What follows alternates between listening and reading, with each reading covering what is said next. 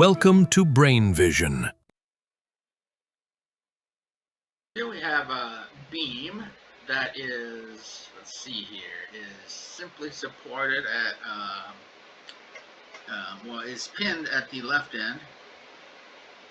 Has a couple of pin joints along the beam, so it's segmented into three sections. There's roller supports here and here, and then there's another roller at the right end. So in this case, we have a linearly varying distributed load over the first segment and a uniform distributed load over the other two segments. At these pin joints, there is no moment being transferred across them. So we can do free body diagrams, analyze free body diagrams of the entire system and then any two of the subsystems to get the equations for the six unknowns, 1, 2, 3, 4, 5, 6. In this case, the reaction force here, and these are really all that we need to get the shear and moment diagrams. So the reaction force at the left end comes out to be 6.75 kilonewtons. In the middle, on the left side, we have 36 kilonewtons. On the right side, we have 49.5 kilonewtons. And on the support at the right end, we have 18 kilonewtons. Now, the first segment is 4.5 meters long. Because we have a linearly varying distributed load, the shear will be a quadratic function. It will have a slope that starts with 0, and it will start at a value of 6.75 kilonewtons. And the parabola is given by this function. And until we get to 4.5, which is here, we are on this parabolic curve. At that point, we cross into the region where we have a uniform distributed load. Since that's 9 kilonewtons per meter in the negative direction, we have a slope of negative 9 kilonewtons per meter in this region here. So this is linear here. Again, because there's no jump in shear, they need to be continuous. We could figure out what this value is here by just looking at what the shear force is at 4.5 meters, which looks to be about 15 kilonewtons or so.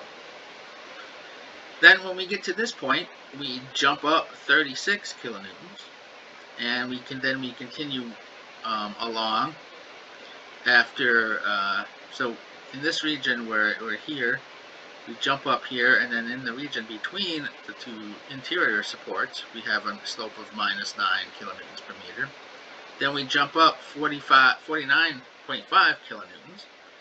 And finally, in this region, in this region and this region, we have a slope of minus 9 kilonewtons per meter. And we end up with a value of minus 18 kilonewtons, which corresponds to this support load here. Now, the moments are pretty messy, and again, we can get them. Either we can get them by taking integrals of these functions, and then finding the constants of integration so that the moments match. Again, the moments need to be continuous in this problem because there are no point moments. In the region, in this segment of the beam, we have a cubic function, which we can see is the integral of this function, and the constant of integration is 0 because we have a moment that is 0 at the left end here when x is 0. So in this region here, the function is given by this. Then and we can see that it goes through 0 at 4.5 meters because we have no moment transfer across this pin joint here. So that checks. In this region, we can see that we can again get our moments. We start at 0, and our function is given by this expression here, which is quadratic.